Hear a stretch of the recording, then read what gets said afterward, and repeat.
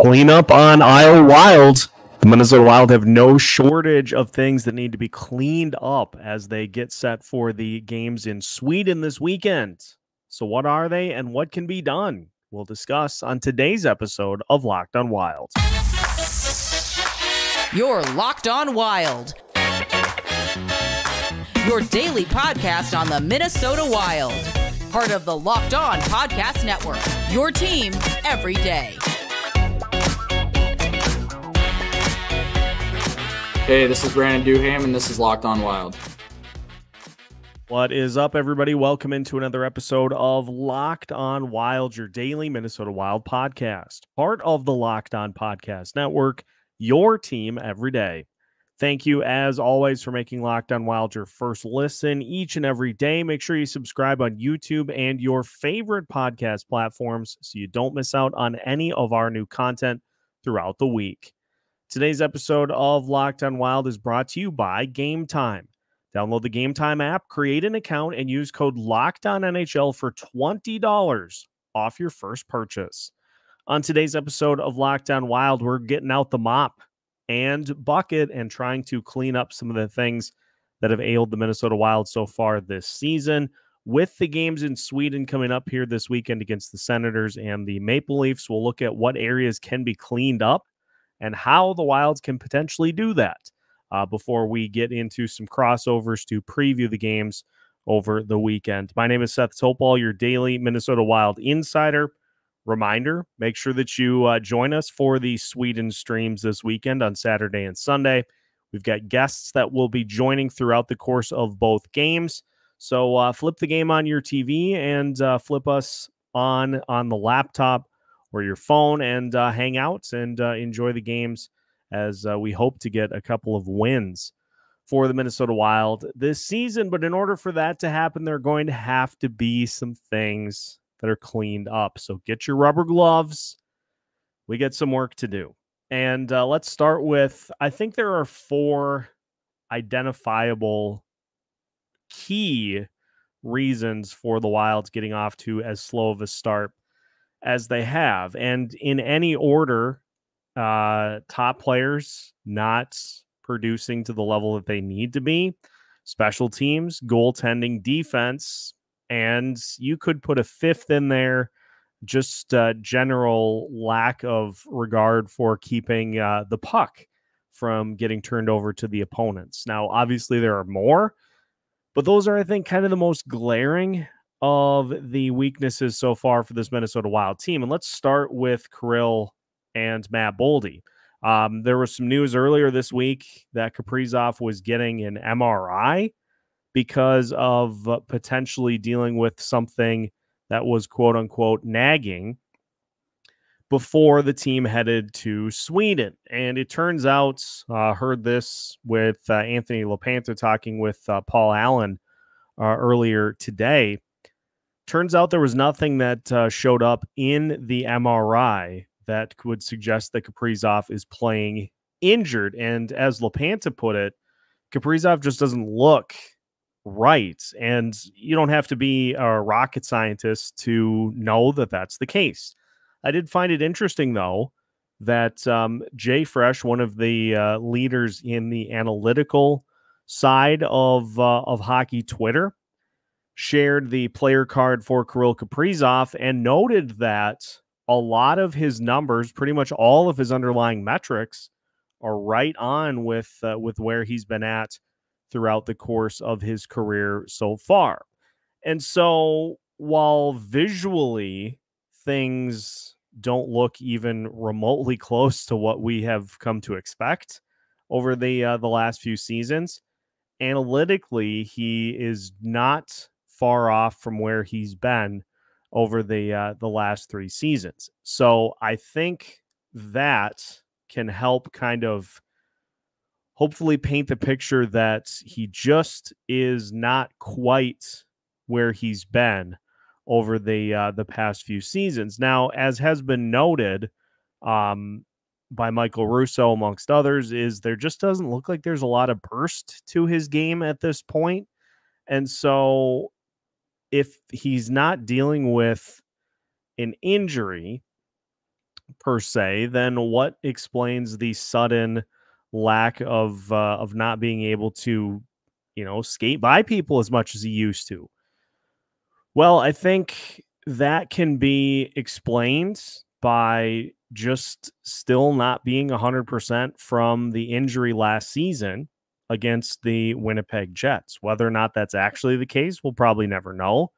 But the point being is that it hasn't looked like what we've expected from Kaprizov so far, but as has been pointed out 1,000 times, um, noted slow starter. And so if the analytics are saying that he's not far off, um, the hope is that one of these upcoming games can get him to where he can start to take over for this lineup, something that has been sorely missed that we haven't seen so far this season. So the hope for Kaprizov is that it's just a matter of time that any one of these upcoming games is going to be the one that sparks him to getting back to what we expect from him being the top player on this team. On the Matt Boldy side, it's a little more complicated because we've only seen one goal so far from Matt Boldy this season.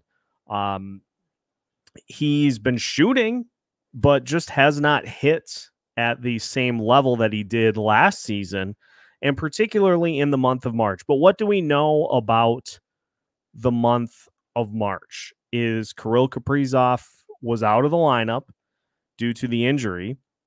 And so Matt Boldy had to become the takeover guy. He had to become the top dog for the Wild offense. He became the player that everything funneled through and responded with 13 goals.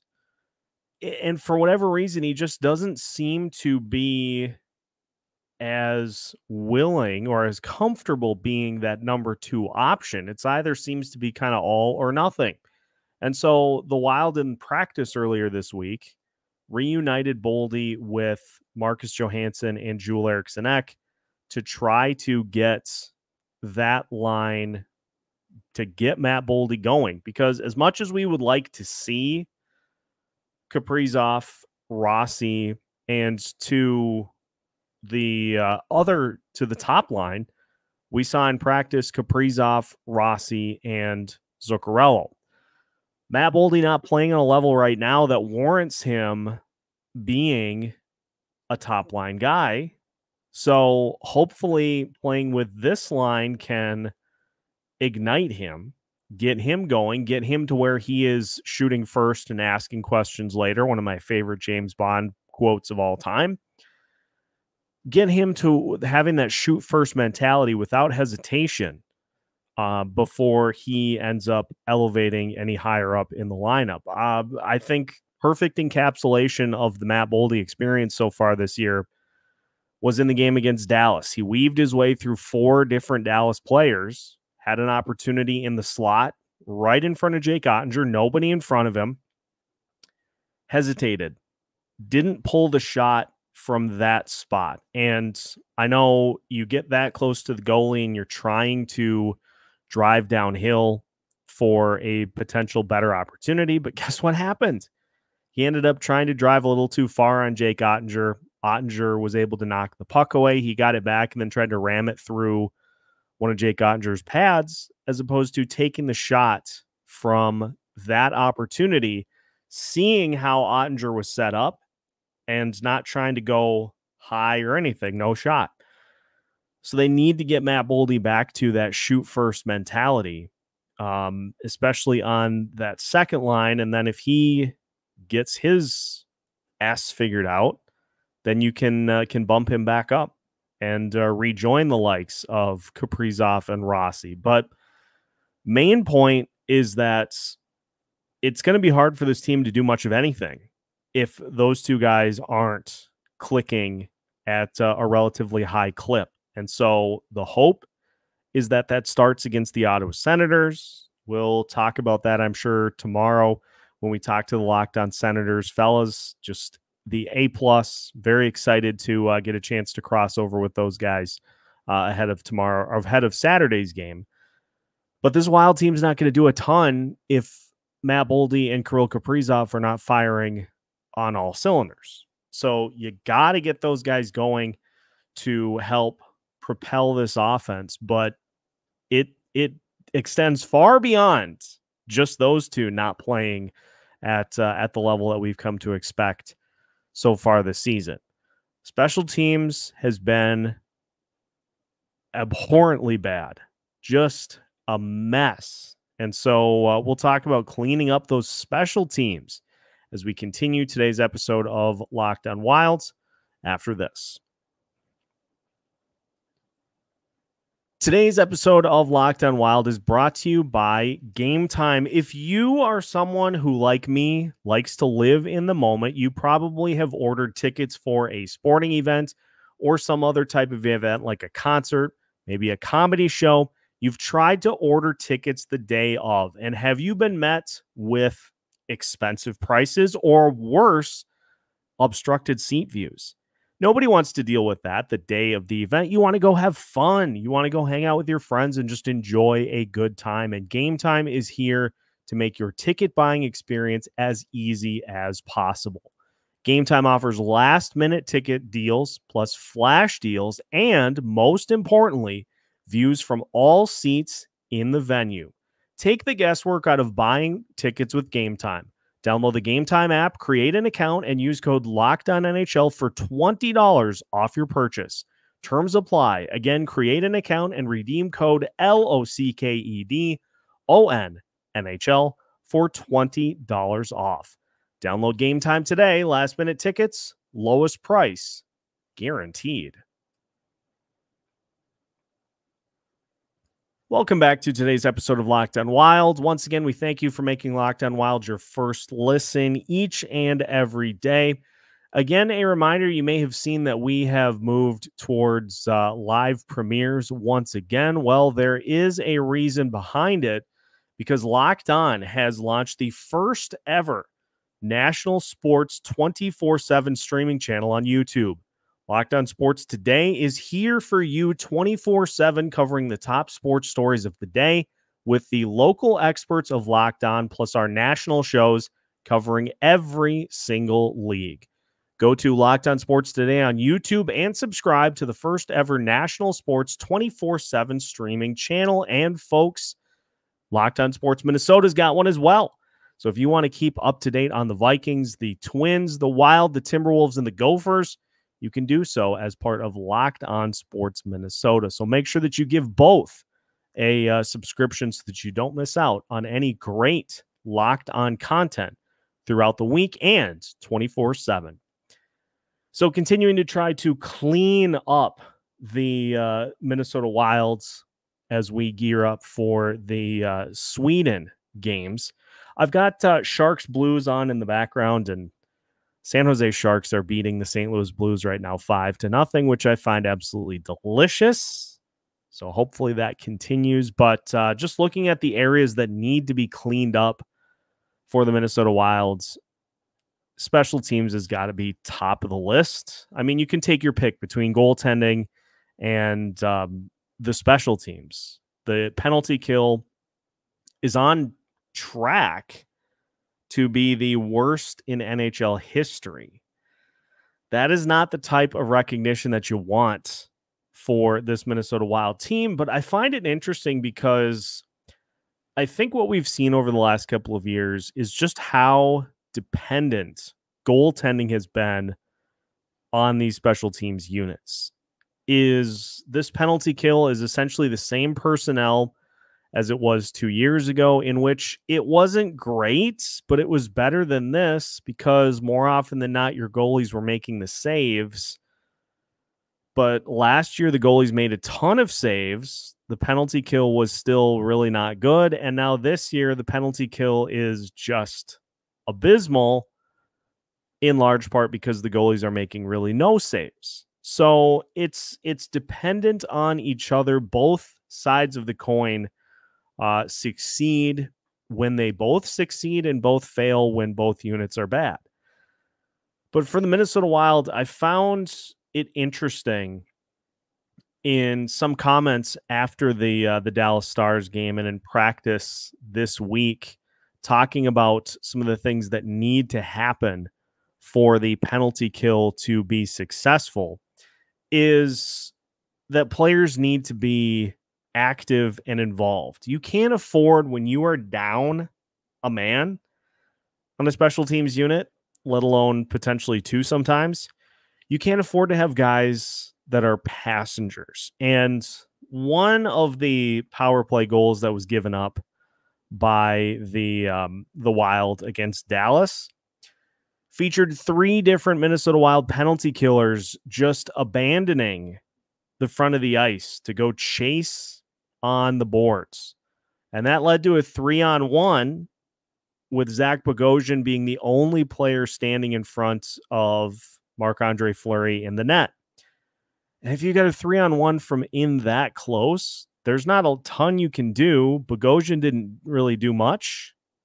Not that there's a lot he could have done, but tic-tac-toe and you've got yourself a goal past Fleury.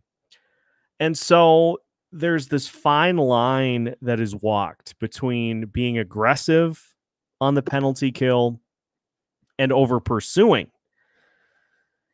The thing that needs to be defended at all costs is the front of the net. And so if you have, 3/4 of your penalty kill unit in full chase mode, well, that's going to lead to some pretty easy opportunities for your opponent to just set up camp in front of the net and do whatever they want. So that's one issue that this penalty kill unit is kind of stuck in right now, is being too aggressive versus not being aggressive enough. And so there's always a balance, but I think the biggest thing is just and this is an effort level thing. Awareness in communication as to who has what, where everybody is, and making sure that everybody knows their assignments when they're out there on the ice. If you don't have that, if you're just out there as a group of 4 players as opposed to an entire cohesive unit, you're going to fail. And so communication, awareness, knowing where the puck is, these all feel like basic things that should not have to be discussed at the NHL level. And yet, here we are trying to kind of iron this out for a team that is just reeling in the special teams department. And then you look at the power play, and the power play hasn't been super successful so far this season. And I think it's just because it has just looked mostly disjointed. I know they've gone with the 5-forward lineup just to try to get a little bit better instances of keeping the puck in the offensive zone, but that hasn't worked. That hasn't led to a substantial increase in zone time.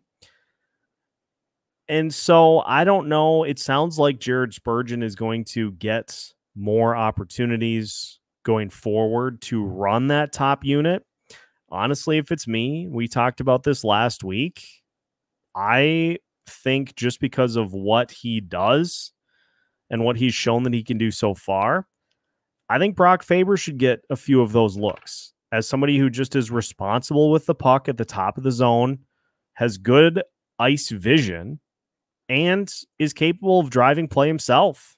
I think Faber should get a look. I also think that this team maybe should look at trying a little something other than the drop pass. It's like yelling to a defense in football that you're going to run the ball. I don't know, but I don't know. I'm trying to get a little further into the nuances of special teams. There just have to be other ways that you can try to get the puck into the zone without screaming to the penalty kill unit, hey, this is the guy that's going to bring it up. So I think predictability is a little bit of an issue as well, but mostly it's just the communication portion. Communicating, knowing where everybody's at, knowing what the assignments are, just doing a little bit extra to get all that figured out so that you don't end up just egregiously turning it over or in the case of Sunday's game, leading to a couple of shorthanded goals.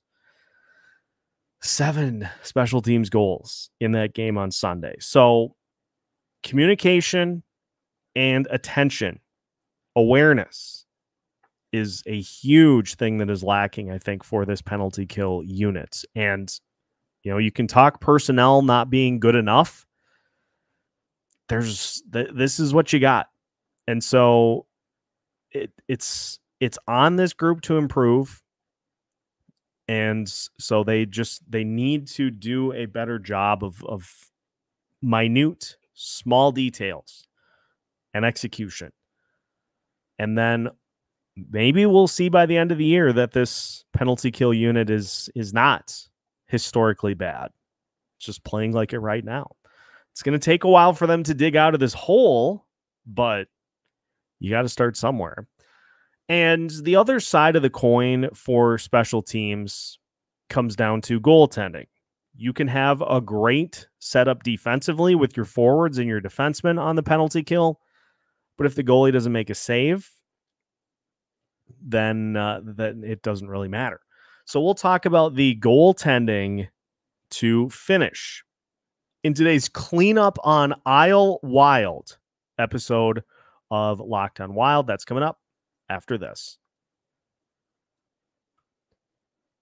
Today's episode of Locked on Wild is brought to you by FanDuel, America's #1 sportsbook. Right now, new customers get $150 in bonus bets with any winning $5 moneyline bet. That's $150 if your team wins. If you took the Baltimore Orioles to beat the Cincinnati Bengals with your $5 bet, you are feeling pretty good right now about your chances to increase your winnings with your bonus bets all weekend long. Minnesota Vikings taking on the Denver Broncos on Sunday Night Football. Can Josh Dobbs channel the magic once again and lead the Vikings to yet another win without Kirk Cousins? You could bet on the props for Josh Dobbs. Could see Justin Jefferson this weekend too. So there's no shortage of areas for you to place your bonus bets, spreads, player props, over-unders, and more. Visit FanDuel.com/lockedon and kick off the NFL season. FanDuel, official partner of the NFL. Final segment of today's episode of Locked on Wild. Once again, we thank you for making Locked on Wild your first listen each and every day. In addition to the Sweden streams this weekend, we have a big announcement coming next week for you here on Locked on Wild. So make sure that you tune in for that on Monday as well, giving you an opportunity for a little additional access than what you get normally with Locked on Wild. So more details coming up on that for you on Monday's show. Let's talk about the goalie situation, because the numbers for both Filip Gustavsson and Marc-Andre Fleury have not been particularly good this season. Gustavsson off to a rough start, and a lot of the struggles have been on special teams in particular. You look at the save percentages, for instance, for Gustavsson. He had a .917 save percentage last season on the power play in 156 shots on the power play. He gave up just 13 goals. This season on the power play, he's faced 40 shots and has given up 9 goals so far. Now, not all of it is Gustafsson's fault by any means. There's, I think, an equal portion of blame for bad defense as there is for bad goaltending. But at the end of the day, regardless of how your defense does in front of you, the goalie's the one that makes the saves. And we've seen a spike in the high danger opportunities that have been allowed so far for this Minnesota Wild team. Filip Gustavsson has faced 39 high danger chances already this season. He had just 166 all last season. And in those 39, high danger chances, he has allowed 7 goals. An .843 save percentage in high danger chances last year, and an .821 save percentage in high danger chances so far this season. So there are a lot of shots that are being faced, an increase in shots that are being faced, and the increase in shots that you're facing are coming from further in. So therein lies your problem, is that, your defense is allowing closer opportunities, which are harder to save. And so it's a very much it's a symbiotic relationship between your defense and your goalies. If your defense is pushing shots further and further out, which was the case last season, it's easier saves for your goalie to make. If you limit the number of opportunities in which opposing offenses have chances to get directly to the net, it's easier saves for your goalie. And so, yes, if you're putting a pie chart together, you maybe give more than 50% of the blame to the defense. But again, goalie is the last line of defense. And we saw it in the game against the Florida Panthers, where it didn't matter what was going on in front of Philip Gustafsson. He stopped everything. And so this Wild team is going to need to clean up the goalie play as well. It has been inconsistent. It has been extremely Jekyll and Hyde so far this season. And not only has it been Gustafsson's slow start, which he is 8 goals below his expected. He's 8 goals below average in terms of the goals saved above average department. If your goals saved above average is 0, then you are essentially an average NHL goalie. Last year, Philip Gustafsson was 31 goals saved above average. This year he's at -8. So he has not made, the above and beyond saves so far this season, which has hurt those numbers as well. Now, Marc-Andre Fleury, his numbers are not great either. Allowed just in 220 power play opportunities last year, Fleury allowed 32 power play goals. So far this season, he has allowed 10 power play goals in 45 opportunities. Half of that came against Dallas, so that's kind of a silver lining, I guess. But actually, in the high danger department, Fleury has been better this year than he was last year. He's faced 29 high danger chances. He's given up 4 high danger goals, which is an .862 save percentage. Last year, in 231 high danger chances, he allowed 38 high danger goals, which was an .835 save percentage. And honestly, if you look at it, I know it's super early in the season, but that .862 high danger save percentage would actually be, since they started keeping track of this back in 2016, that would be the second highest mark of Fleury's career to this point. Not a ton of saves, not a ton of chances to really weigh that, but I do find that interesting that Fleury has been better with the high danger chances. It was Gustafsson that was better last year, and so Gustafsson struggling, especially when the puck comes in close. So to help out these goalies, the defense needs to do a much better job of pushing the shots out past in front of the net, push the shots out to the perimeter, and keep that area in front of the net clean so that it's easy saves, so that it's easily trackable shots for Philip Gustafsson and Marc-Andre Fleury.